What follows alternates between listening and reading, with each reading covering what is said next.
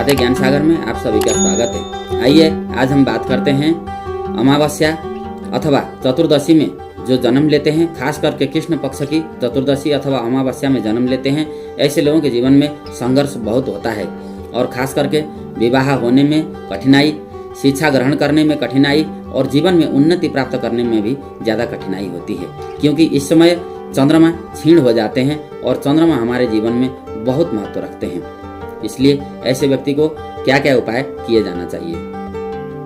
अमावस्या में जो उत्पन्न होते हैं उनको विवाह करते समय अमावस्या में उत्पन्न वर या फिर उसका दोष जिस तरह से मिटे वो उपाय करके ही विवाह करना चाहिए, नहीं तो विवाह में कई प्रकार के अड़चन आने की संभावना अधिक रहती है। शंकर भगवान की नियमित उपासना करना चाहिए और ओम नमः शिवाय का जाप करना चाहिए और ईश्वर के समक्ष अपने पूर्व जन्मों के कर्मों के लिए क्षमा मांगते रहना चाहिए। अपने प्रारब्ध के क्षमा मांगने से अमावस्या का दोष कम हो जाता है।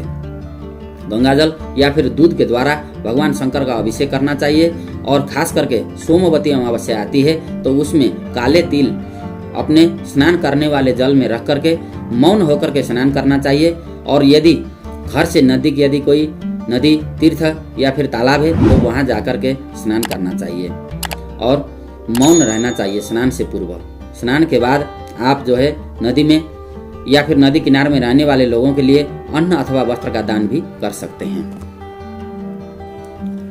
पीपल में कच्चा दूध चढ़ाना और कच्चे दूध में जब पीपल का हम जल चढ़ाते हैं तो उसमें कच्चे दूध में काले तिल डाल करके चढ़ाना चाहिए और गुरुवार को यह काम करना चाहिए या फिर अमावस्या को करना चाहिए और पीपल में जल डालते हुए, दूध डालते हुए ये कहना चाहिए, ओम पितृदेवाय नमः।